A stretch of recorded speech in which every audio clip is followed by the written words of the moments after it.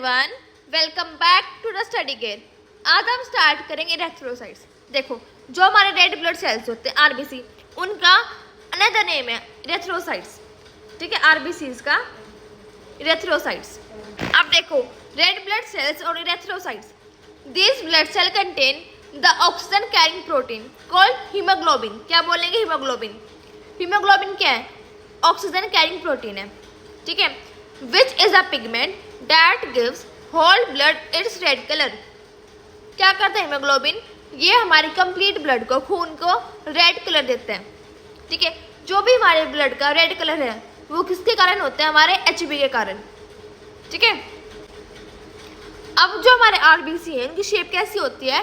Bye concave disc होती है। कैसी? Biconcave disc. जैसे कि आप देख पा रहे होंगे, ये हमारे क्या आरबीसी है। फिर नेक्स्ट इनका डायमीटर कितना होता है? 7 to 8 माइक्रोन, 7 से 8 माइक्रोन। नेक्स्ट पॉइंट देखो, आरबीसी हैव नो न्यूक्लियस। जो हमारे रेड ब्लड सेल्स, उनमें न्यूक्लियस एब्सेंट होते हैं, नो न्यूक्लियस। ठीक है, the cytosol of RBC contain haemoglobin molecules. जो हमारे आरबीसी का साइटोसोल होगा, उसमें हमारे हीमोग्लोबिन मॉलिक्यूल प्रेजेंट होते हैं। अब हमारे आरबीसी की लाइफ स्पेन कितनी होती है? 100 to 120 डेज। किसमें होगी? हमारी अडल्ट में। ठीक है, लेकिन अगर आपसे इन्फेंट की पूछे तो कितना होता है इन्फेंट्स में? 80 to 90 डेज। ठीक है, अब नेक्स्ट देखो, RBC physiology highly specialised for their oxygen transport function. अब जो हमारे आरबीसी है, उनका मेन फंक्शन क्या होता है? ऑक्सीजन को ट्रांसपोर्ट करना to all body cells and tissues.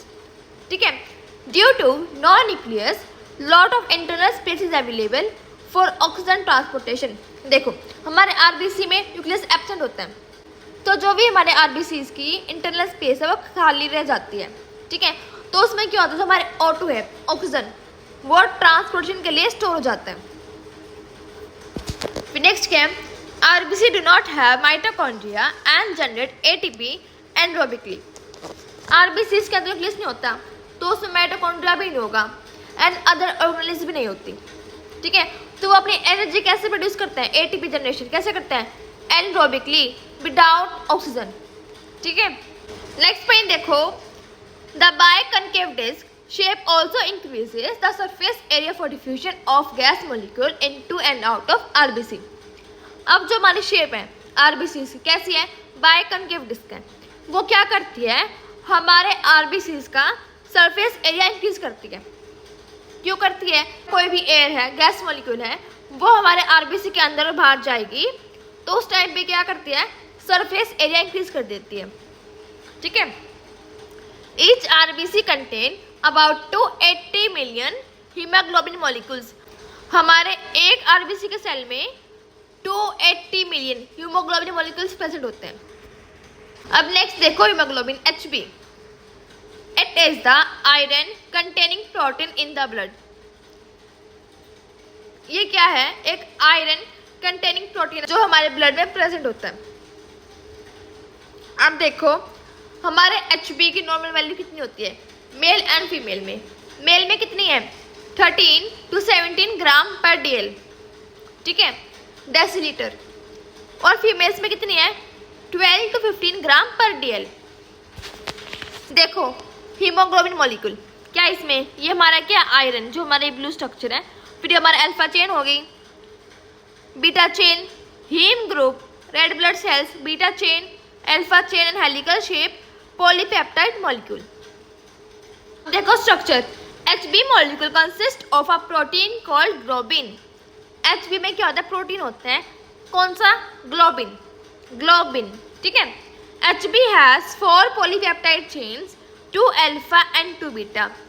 HB में क्या है? 4 पॉलीपेप्टाइड चेन है, 2 हमारी अल्फा और 2 हमारी क्या है? बीटा है। 4 chains are bound by non protein pigment called haem.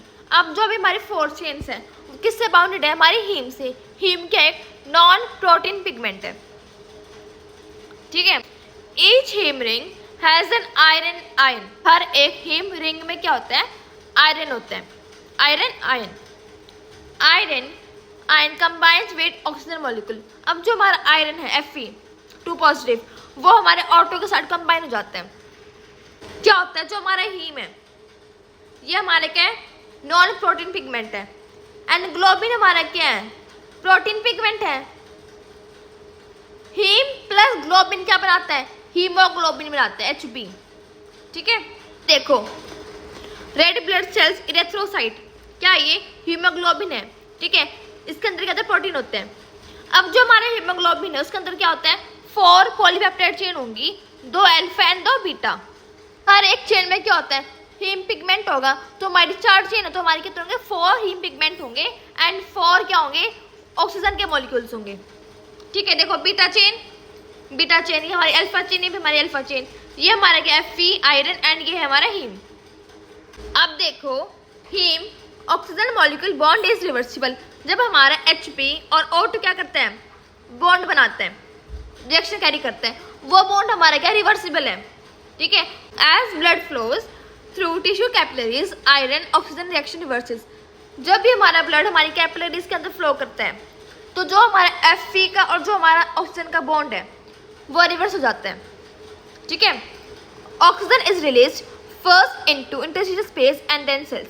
अब जो हमारा O है, ऑक्सीजन O2, वो पहले हमारा कहाँ पर रिलीज होता है, इंटरस्टिशियल स्पेस के अंदर, और फिर वो जाएगा हमारे सेल्स के अंदर।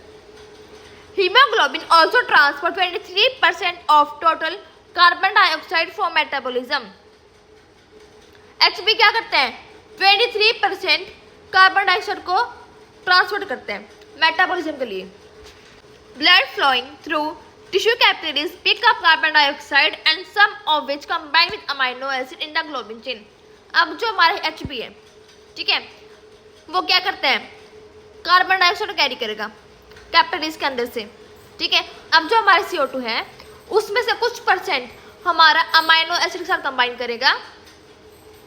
ठीक है, कहाँ पे, ग्लोबिन चेन के अंदर। फिर नेक्स्ट क्या है, as blood flows through lungs the carbon dioxide is release from haemoglobin and then exhaled.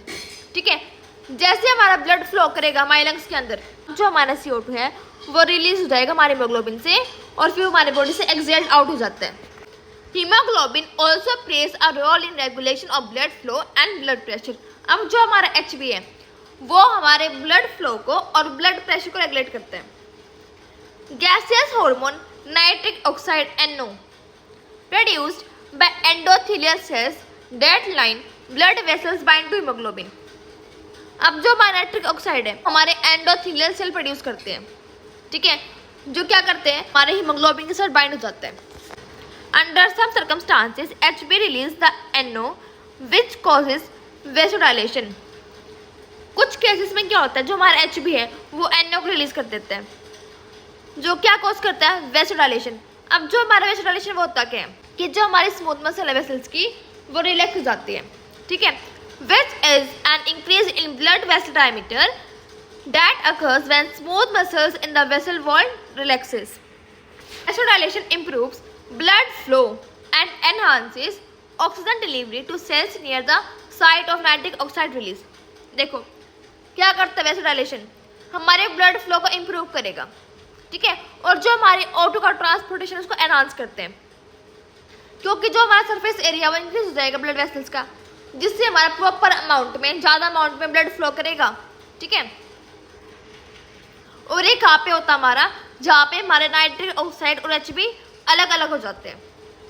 ठीक है, अब नेक्स्ट देखो, RBC also contain enzyme carbonic anhydrase CA which catalyze the conversion of carbon dioxide and water to carbonic acid, which in turn dissociate into H positive and hydrogen carbonate ions. जो हमारा carbon dioxide और water है वो mix हो जाएंगे, add हो जाएंगे। ठीक है, फिर क्या होता है, जो हमारा एंजाइम है कार्बोनिक एनहाइड्रेज CA वो एक्ट करते हैं। फिर जो हमारा CO2 और वाटर क्या बन जाता है, कार्बोनिक एसिड H2CO3 बन जाते हैं। ठीक है, फिर जो हमारा कार्बोनिक एसिड है वो डिसोसिएट होता है किसमें, H पॉजिटिव आयंस में एंड हाइड्रोजन कार्बोनेट आयंस में। This reaction is important for 2 reason. अब जो हमारा CO2 एंड वाटर का रिएक्शन है वो किस लिए इम्पोर्टेंट है, it allows about 70% of CO2 to be transported in blood plasma from the tissue cells to lungs in the form of hydrogen carbonate. क्या होता है, जो हमारा 70% है CO2 का वो ट्रांसपोर्ट होता है हमारे ब्लड वेसल्स में टिश्यूज से, ठीक है, फिर हमारे लंग्स में जाएगा, जहाँ पे वो किस फॉर्म में होता है, हाइड्रोजन कार्बोनेट की फॉर्म्स में। It also serves as an important buffer in extra cellular fluid.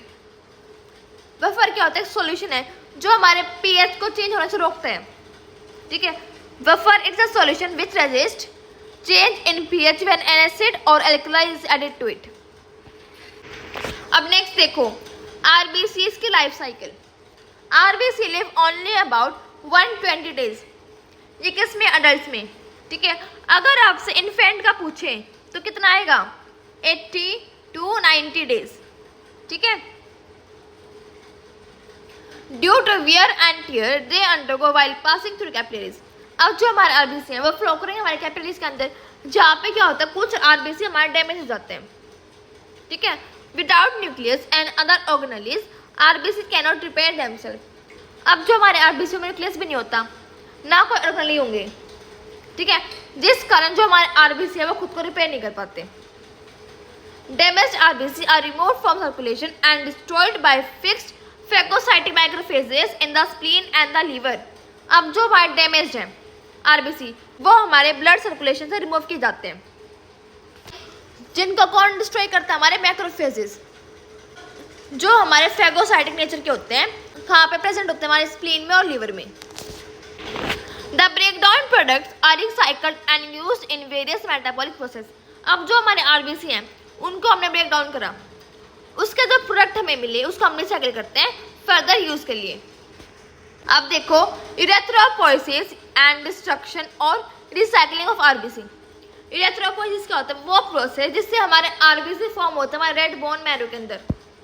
The production और formation of RBC in the red bone marrow, ठीक है।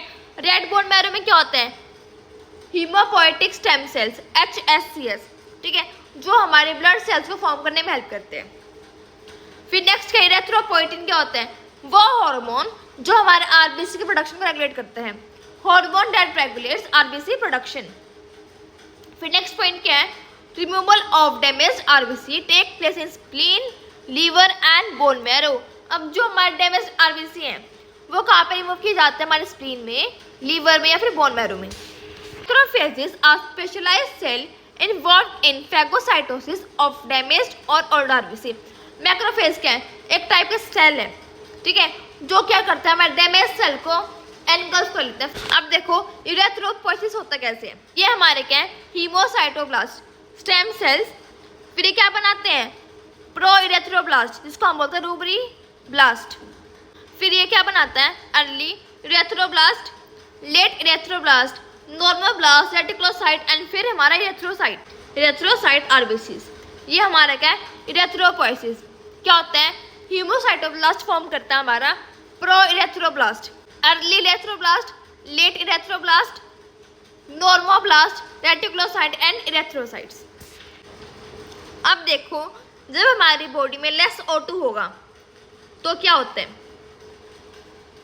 Low oxygen level in the body, जिससे क्या होगा, reduce oxygen carrying capacity of the blood, cause करता है hypoxia, decrease O2 ability to the blood, increase O2 demand from tissues, ठीक है। फिर क्या होता है, जो हमारी किडनी है वो एक हार्मोन सीक्रेट करते हैं जिसको हम बोलते हैं इरेथ्रोपोइटिन, जो हमारे आरबीसीज को बनने में हेल्प करता है, erythropoietin. Erythropoietin stimulates enhance erythropoiesis in the bone marrow, more RBC produced by the bone marrow. Erythropoietin release हुआ तो जो हमारे वो है bone marrow, red bone marrow, वो क्या करता है, हमारे आरबीसी को ज़्यादा बनाने लगता है, ठीक है। इंक्रीज आरबीसी काउंट हो जाएगा, increase oxygen carrying capacity of the blood, normal oxygen level in the body, ठीक है। अब देखो destruction and recycling of RBC. देखो ये क्या है, रेड ब्लड सेल जिसकी डेथ हो गई होगी, ठीक है, उसको क्या करते हैं, फैगोसाइटोसिस करते हैं। कौन करेगा, मैक्रोफेजेस, जो हमारे लीवर में, स्प्लीन में और बोन मैरो में प्रेजेंट होते हैं। फिर क्या होता है, अब रेड ब्लड सेल से हमारा हीम सेपरेट हो जाएगा और ग्लोबिन सेपरेट हो जाएगा। अब जो हमारा ग्लोबिन है वो क्या बनाता है, अमाइनो एसिड, जिसको हम रीयूज करते हैं प्रोटीन सिंथेसाइज के लिए, ठीक है। फिर क्या होता है, जो हमारा हीम था उससे हमारा आयरन सेपरेट हो गया, आयरन, उससे हमारा आयरन सेपरेट हो गया, ट्रांसफेरिन बन गया। फिर जो हमारा ट्रांसफेरिन एंजाइम है वो क्या करता है, फेरेटिन बनाता है, ठीक है। फिर फेरेटिन में क्या होता है, आयरन होता है, जो ट्रांसफेरिन एंजाइम के साथ क्या बनाता है, iron, globin, vitamin B12 erythropoietin, जो हमारा रेड बोन मैरो में होगा और हमारा न्यू RBC फॉर्म हो जाएगा, ठीक है।